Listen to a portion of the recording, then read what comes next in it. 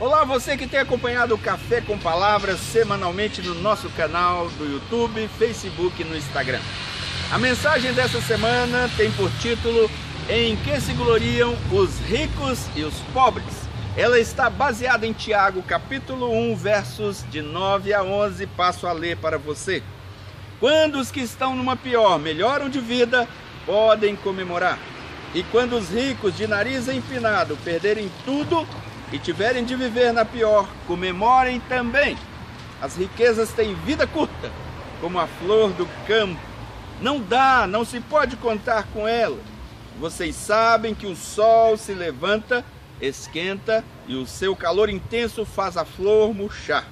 Suas pétalas secam e antes que se dê conta, sua bela aparência se foi. É isso que acontece com as riquezas. Tudo é tão passageiro que quando todos começam a admirá-las, num piscar de olhos, já se foram. Em nosso país, na atualidade, estamos enfrentando uma grave crise econômica e social que já se arrastam por alguns anos e que tem redundado em milhões de pessoas que estão desempregadas. A grande maioria da nossa população é de pessoas pobres que estão se tornando cada vez mais pobres. Logo, esta é uma mensagem muito apropriada, porque Tiago, quando escreveu a sua carta, ele estava falando para os seus leitores originais, que também estavam vivendo situação semelhante de grande pobreza. A falta de recursos talvez tenha sido a mais difícil provação que os leitores de Tiago estavam enfrentando. A área financeira era um grande problema para aqueles irmãos. Muitos, talvez de coração dúbio, de mente dividida, estavam enfrentando a dificuldade entre manter a sua fidelidade a Cristo e a sedução das riquezas, do capital de Mamon. Essa tem sido, portanto, uma situação atual, uma provação para nós, cristãos brasileiros, venezuelanos, que temos que suportar a dificuldade da angústia, da escassez e ainda permanecer fiel. Tiago, ele nos apresenta em sua carta dois tipos de pessoas. Como você pode ver, ele fala do rico para se referir a um desses tipos de pessoas. E a outra palavra que é usada é o pobre. Algumas versões usam a palavra pobre, outras abatido. Claro, uma pessoa que está vivendo uma dificuldade financeira muito grande fica abatido em seu ânimo. Também, irmão de condição humilde. Outras diz que não goza de muito prestígio neste mundo. Portanto, Tiago deixa claro que na igreja do Senhor sempre vão coexistir o rico e o pobre. Isso nos faz lembrar a palavra do Senhor lá em João capítulo 12, verso 8, que diz que os pobres sempre estariam conosco. As posses, meus irmãos, nada dizem acerca da condição espiritual de uma pessoa. Não, ela não diz nada. As posses e as riquezas nada significam para o Senhor. Um jargão popular diz assim: a roda gira. Claro, aqui Tiago disse que o irmão pobre pode melhorar de vida e se tornar em melhor condição. Assim como o rico pode se tornar pobre e perder tudo que tem. Porque as riquezas são passageiras. Não se pode ter ela como fator de segurança. Você não pode ter como sua base de confiança as riquezas. A nossa alegria, a nossa confiança tem que estar no Senhor. Esta é uma confiança garantida. Esta é uma confiança que nunca vai nos decepcionar. O crente deve entender que diante de Deus, ter posses e bens materiais não significam absolutamente nada. O seu anseio tem que ser: eu quero ser grande diante do Senhor. O meu status espiritual diante de Deus é mais importante e é independente daquilo que eu tenha ou possua. As riquezas têm vida curta. Ela é como a flor do campo. A flor é bela, tem um bom perfume, ela é atraente e atrai. Assim as riquezas também são atrativas. Mas Tiago diz que o sol esquenta e faz com que a flor murche, caia e perca sua beleza. Assim também a riqueza é perecível.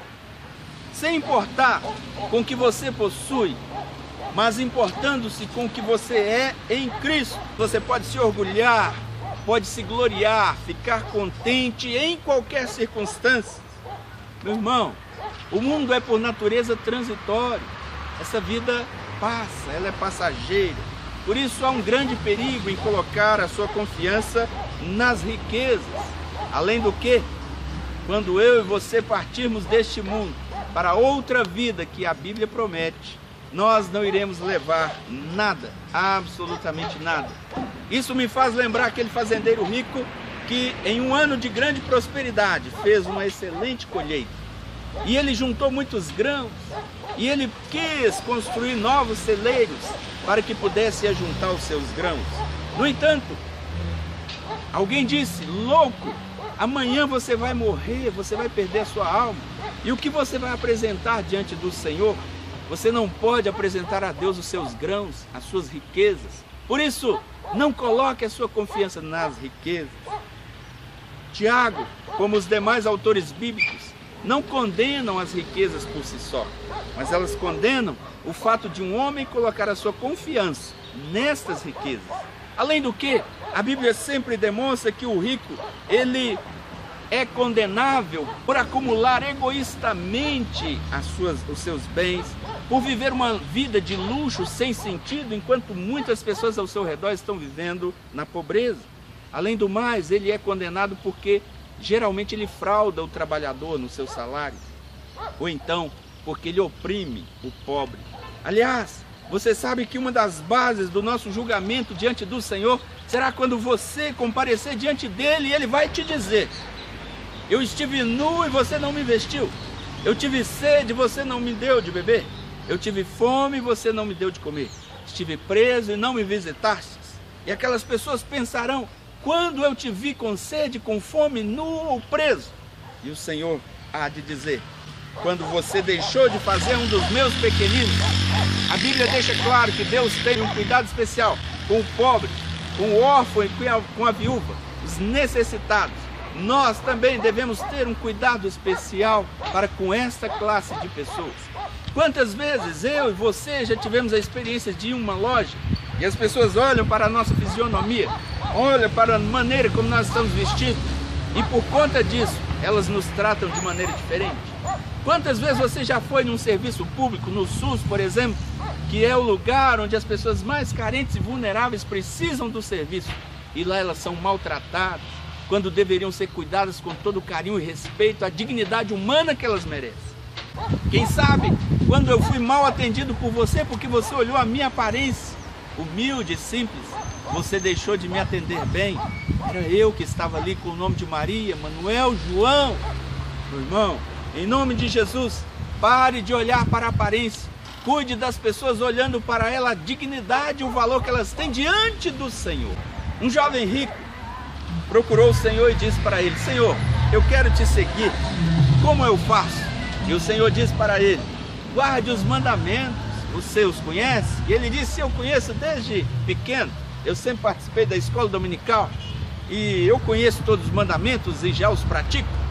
E o Senhor então, vendo aquele jovem, fez um teste com ele dizendo: ok, então vá, venda tudo que tem, entregue aos pobres, depois venha e siga-me. Aquele jovem ficou muito triste. Que? Eu vender tudo que eu tenho e dar aos pobres? E depois ficar dependendo do Senhor para comer, para beber, para vestir? De jeito nenhum, prefiro as minhas riquezas. E ele se foi embora e deixou de lado o Senhor da glória, o dono do ouro e da prata, o Criador do universo. Ele deixou de ser um discípulo do Senhor porque para ele a riqueza era mais importante. Mamon tinha prioridade na vida deste homem. E você, seria capaz de abrir mão do que você possui para seguir a Cristo? Particularmente, eu acredito que ali era um teste, como o Senhor fez com Abraão. Entregue-me o seu filho, sacrifique-me o seu filho. Quando Abraão demonstrou que estava disposto a sacrificar, o Senhor falou: não precisa, Abraão, eu vejo que você crê em mim de verdade. Aquele jovem, talvez, se ele dissesse para o Senhor: Senhor, me dá só um tempinho que eu vou ao banco para retirar todos os meus bens e patrimônios e distribuir aos pobres, depois eu venho te seguir. Se o Senhor conhecesse esse coração e visse um coração como esse, ele diria: espere, Não precisa vender. Era apenas um teste para saber se o mais importante na sua vida é o dinheiro, as riquezas, o patrimônio, ou se sou eu. Quem tem sido o mais importante na sua vida? O Senhor ou aquilo que você tem e possui? Onde está de fato a sua confiança? No dinheiro que você tem no banco, nos bens e patrimônios que você possui, ou no Senhor da glória? Não aceite o padrão do mundo que julga as pessoas por aquilo que elas possuem, porque Deus nos julga por aquilo que nós somos de fato. Por isso a Bíblia diz que Deus olha o nosso coração. Sabe por quê? Porque Ele sabe de fato quem nós somos. Nós olhamos a aparência e por vezes julgamos com base nesta aparência. As posses e as riquezas não podem ser o mais alto valor a ser perseguido por um homem de Deus. Então eu termino aqui perguntando para você: em que você tem depositado a sua confiança? O que tem trazido alegria ao seu coração? Como você tem enfrentado as crises deste último ano? Será que, como Paulo, dizendo: posso todas as coisas naquele que me fortalece, posso passar pela escassez, posso passar pela fartura, de qualquer maneira, com escassez ou com fartura, eu passo com alegria e confiança no Senhor? Você também é capaz de dizer assim como o apóstolo Paulo? Termino dizendo a você: reconheça a dignidade que você tem em Cristo Jesus. Você é herdeiro das promessas. Você é o herdeiro do reino. O Senhor vai dizer para mim e para você: venha, bendito do meu Pai, possuir por herança o reino que está preparado para você e para mim desde a fundação do mundo. Meu irmão, a Bíblia diz que tudo é nosso. Tudo é nosso. Todas as heranças pertencem aos filhos de Deus. Tudo está preparado para mim e para você. Por isso, não se importe sobre como as pessoas olham para você. Talvez você tenha uma função simples no seu trabalho. Talvez você seja uma pessoa invisível aos olhos de muitos que olham para você com base no dinheiro que você tem ou na falta dele, na maneira como você se veste. Mas o Senhor sabe que você foi separado, selecionado para ser herdeiro de todas as coisas. Em nome de Jesus, o mais importante é que você tem um alto valor aos olhos do Senhor. Glorie-se nisso. Que Deus abençoe a sua vida, que Deus abençoe a sua semana, que Deus abençoe a sua família.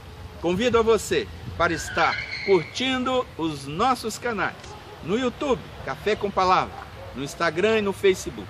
Diariamente nós postamos um vídeo com uma mensagem de diversas pessoas para abençoar você. Faça parte também do projeto Café com Palavra. Basta nos perguntar como. Em nome de Jesus eu abençoo a sua vida e agradeço pela sua atenção. Amém. Amém.